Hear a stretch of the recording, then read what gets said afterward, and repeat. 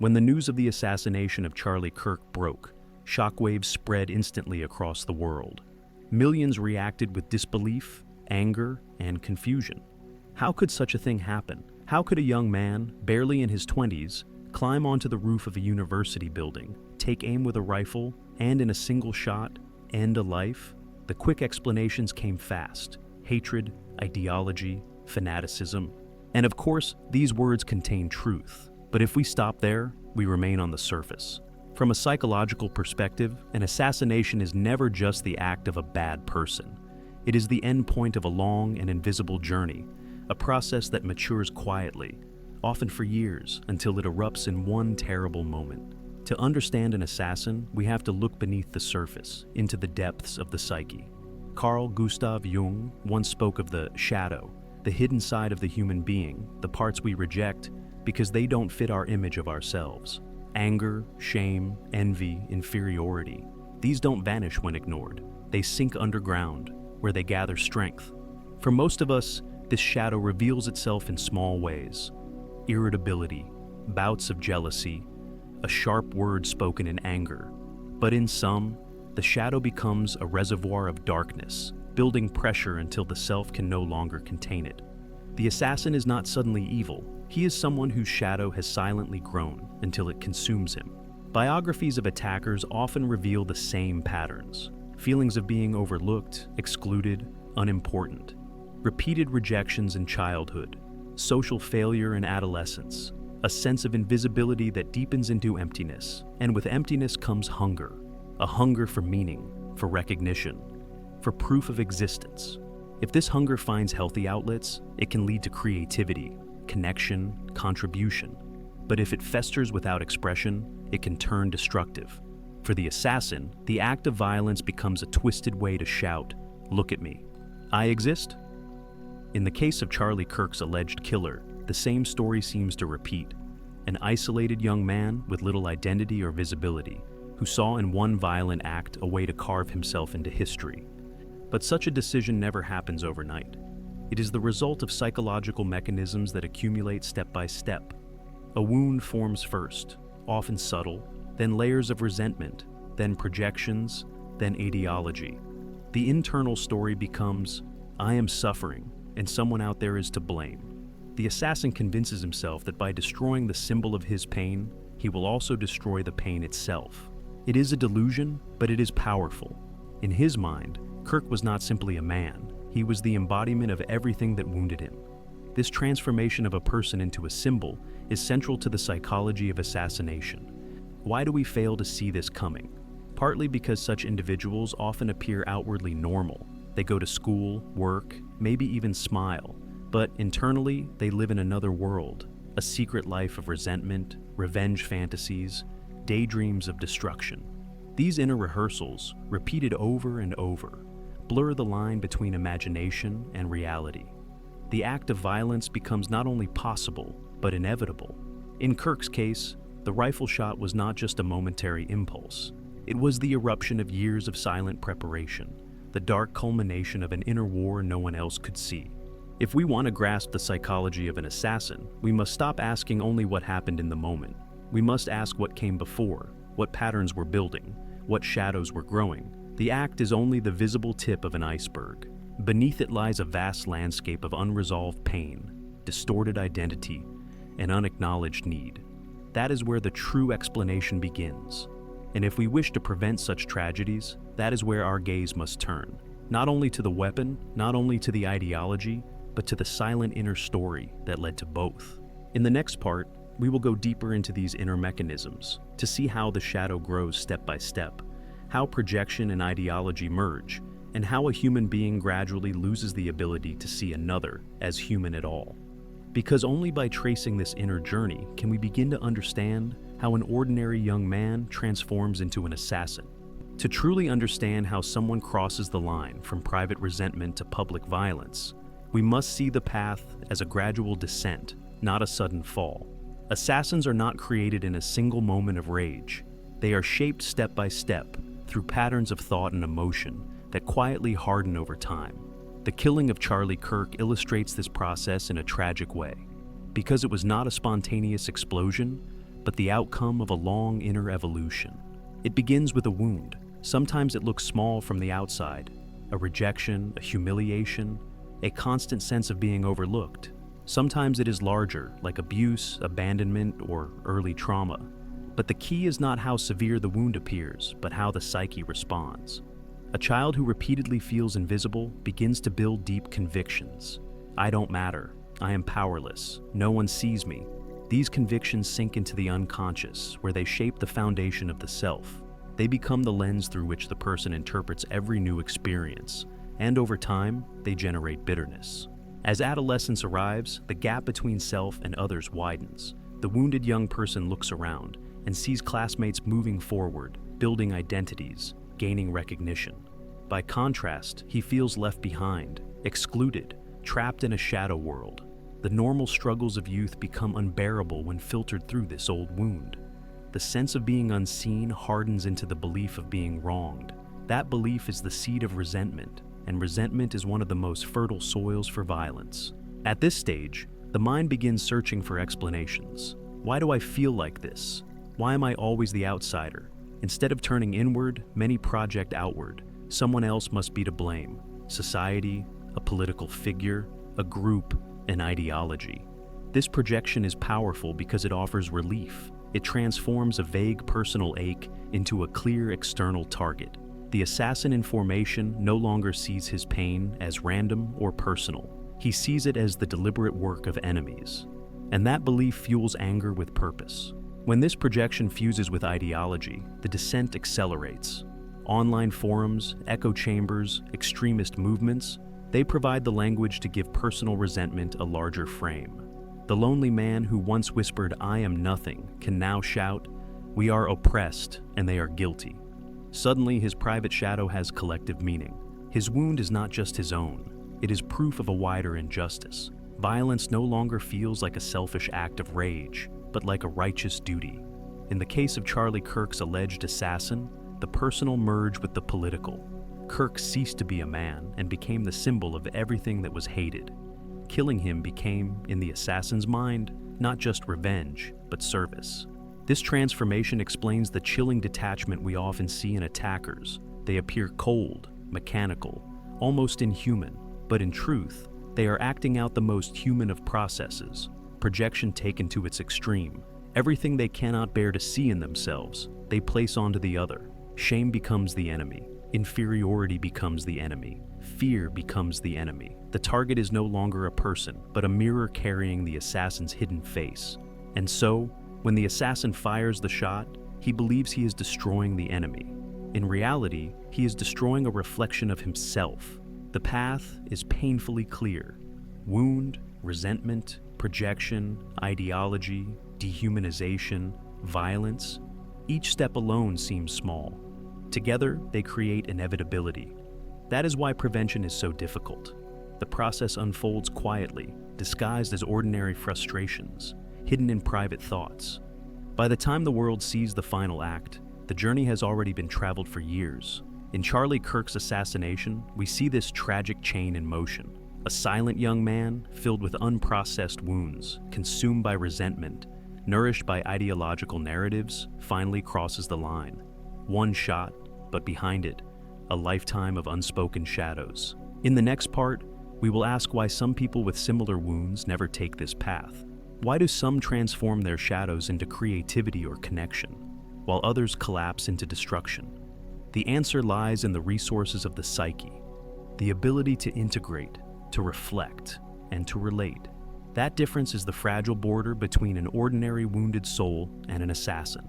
If wounds and resentment can push someone toward violence, why is it that most people who suffer similar pain never become assassins? This question is vital because it shows us that pain alone does not explain the act. Many people endure rejection, humiliation, or invisibility without ever picking up a weapon. The difference lies not in the wound itself, but in the resources the psyche develops to respond to it. This is the thin, fragile line between an ordinary wounded life and the path toward destruction. Carl Jung often emphasized the importance of facing one's shadow. Those who acknowledge their darker feelings, their anger, envy, fear, or shame, have the chance to work with them. They can express them in words, in art, in relationships, or in conscious choices. They can look at the shadow and say, "This is part of me, but it does not control me." In doing so, they transform raw emotion into something bearable, even meaningful. By contrast, those who refuse to face their shadow end up projecting it outward. They insist that the anger, the shame, the fear are not theirs. They belong to others, to enemies, to outsiders. And this projection is the dangerous seed of violence. Another decisive factor is relationship. People who have at least one genuine, supportive connection are far less likely to spiral into violence. A friend who listens, a mentor who believes, a partner who challenges. These bonds act as anchors. They prevent the mind from drifting completely into fantasy. They provide correction, comfort, and a sense of belonging. In their presence, resentment can be softened, wounds can be acknowledged, and destructive fantasies can be exposed to light. Without these bonds, the psyche becomes an echo chamber. The wounded person hears only his own distorted thoughts, or worse, finds reinforcement in online spaces where anger is normalized and glorified.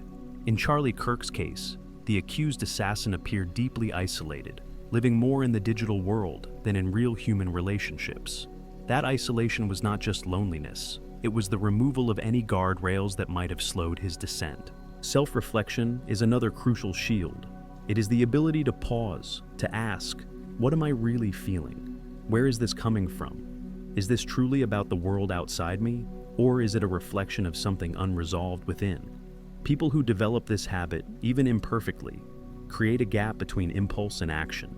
They still feel pain, anger, or envy, but they recognize, this is my burden, not someone else's fault. That recognition, though simple, is profoundly protective. Those who lack it collapse the inner and outer worlds together. They cannot distinguish between their own wound and the face of another person. For them, killing another feels like killing the wound itself. That illusion is deadly. Why do some people develop these resources while others don't? Often it comes down to seemingly small moments. A teacher who says, "You're capable."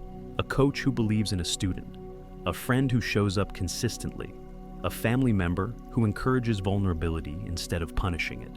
These moments act as psychological antibodies. They do not erase pain, but they build resilience. They remind the wounded person, you are seen, you matter. You can transform your struggle into growth. Those without such experiences are left defenseless against their shadows. Their pain grows unchecked until projection and resentment take over. In the case of Charlie Kirk's assassin, it appears that these resources were absent. No stable identity, no close relationships, no self-reflection. Instead of integration, there was projection. Instead of support, there was isolation. Instead of resilience, there was ideology. And the result was predictable. The shadow, denied and unacknowledged, burst outward in the form of a bullet. The enemy he sought to destroy was never Kirk himself, but the unbearable reflection of his own unprocessed pain. This insight is uncomfortable because it challenges the comforting narrative of monsters versus normal people. It suggests that what separates us from an assassin is not an absolute wall, but a fragile difference in psychological resources. We all carry shadows. We all face rejection. The crucial question is how we respond. Do we face the darkness within, or do we export it onto others? Do we seek connection, or do we retreat into isolation? Do we reflect, or do we project? These choices make the difference between a wounded life that heals and a wounded life that kills. In the next part, we will look outward at society itself. Because assassins are not only the result of personal psychology, they are also shaped by the culture around them, by polarization, media, and the stories a society tells. To understand why assassinations happen, we must examine not just the individual's psyche, but the climate that nourishes it. If we stop at the level of individual psychology, we miss half the picture. Assassins are not formed only by their own wounds. They are also shaped by the world around them. Every society creates a certain emotional climate, and in our time, that climate is heavy with division, hostility, and outrage. This climate becomes the air that a wounded person breathes, and it transforms private resentment into a public cause. The assassination of Charlie Kirk cannot be explained only by one man's pain. It must also be understood as the echo of a society caught in a spiral of polarization. We live in an age of endless conflict, not just on battlefields, but in language, in politics, and in media. Every disagreement is framed as a war. Opponents are not described as rivals, but as enemies. Social media amplifies this dynamic by rewarding outrage and punishing nuance. Algorithms feed us the content most likely to inflame us, to confirm our suspicions, to harden our resentments. A wounded, isolated person finds not correction, but confirmation. Instead of a mirror that reflects his pain, he finds a megaphone that amplifies it. In these digital echo chambers, the assassin in formation begins to feel less alone, but more justified. His personal grievance now feels like part of a greater struggle. This is the dangerous fusion of the private and the political. The lonely man who once whispered, "I don't matter," now declares, "We are oppressed and they are guilty." His personal shadow is wrapped in collective clothing. He no longer sees himself as a broken individual, but as a soldier in a righteous battle. The tragedy, of course, is that the battle is largely symbolic. The enemy he sees outside is only a projection of the enemy inside. But in a polarized culture, that projection is constantly reinforced. Every headline, every soundbite, every speech that demonizes opponents gives him fuel. By the time he acts, the act feels not only personal, but historical. Charlie Kirk was a polarizing figure, admired by some, vilified by others. To his supporters, he represented courage and conviction. To his detractors, he was a symbol of everything wrong with the political system. In this climate, he was not simply a man, he was an archetype. For his assassin, this meant that killing Kirk was not just killing an individual, it was striking at the symbol of a hated ideology, the embodiment of all the projections he carried. This is what polarization does. It strips away human faces and replaces them with masks. And once the mask is in place, violence becomes easier to justify. Society often reacts to such tragedies by isolating the killer and declaring him a monster. But this response, while emotionally satisfying, avoids responsibility. The assassin did not live on another planet. He listened to the same debates, consumed the same media, walked the same streets. He is the extreme expression of patterns we all participate in. We too project our shadows onto others. We too use language that dehumanizes opponents. We too feed the atmosphere of division, even if only in smaller, less visible ways. The assassin simply takes this logic to its lethal conclusion. That is why assassinations are both deeply personal and profoundly social. They are the breaking point where private wounds meet public narratives. A society that constantly speaks in terms of enemies will eventually create people who act as if enemies truly exist. Words are not harmless. They shape perception, and perception shapes action. When opponents are constantly described as existential threats, someone will eventually treat them as such. And in that sense, the assassination of Charlie Kirk was not only the act of one man, but also the symptom of a culture that has normalized dehumanization. This recognition is uncomfortable because it calls us to responsibility. It means we cannot simply say, "That was him, not us." It means asking how our words, our debates, our media contribute to the emotional climate. It means recognizing that prevention is not only about security checks or surveillance, but about creating a culture where opponents are seen as human beings, not symbols of evil. Without such recognition, every new wound in an isolated person risks becoming another tragedy. In the final part, we will turn to the hardest question of all. What now? What can individuals, communities, and societies do to reduce the risk of future assassinations? We cannot erase human shadows, and we cannot eliminate all division, but we can choose how we face them. And in that choice lies the only real path to prevention. As we reach the end of this journey, we face the most difficult question. What do we actually learn from the assassination of Charlie Kirk? A young man climbs a rooftop, pulls a trigger, and in a single moment changes not only the life of his victim, but also the atmosphere of an entire society. It would be easy to say the lesson is simple. Evil exists, and we must fight it. But psychology reveals something far more unsettling. Each assassination is a mirror. It forces us to look not only at the assassin, but also at ourselves, at the shadows we carry, at the culture we create, and at the choices we make every day. The first lesson is personal. Every human being has a shadow. We all carry anger, envy, shame, and fear. Most of the time, we hide it, pretending it isn't there. But hiding does not erase, it only strengthens. When denied, the shadow grows, and the pressure increases until it must find release. Some release it in arguments, in addictions, in bitterness. In rare but devastating cases, the release comes through violence. If we want to prevent the next assassin, we can not only watch others. We must also turn inward and ask, what part of me am I refusing to face? What feelings am I projecting onto others instead of owning as mine? Prevention begins not with the police, but with self-awareness. The second lesson lies in relationships. Isolation is not just loneliness, it is danger. When someone has no anchor, no voice of correction, no circle of care, they are left alone with their most distorted thoughts. And when those thoughts find validation online, they grow unchecked. But when someone has even one real connection, a friend who listens, a mentor who believes, a partner who challenges, the cycle can break. Small gestures matter.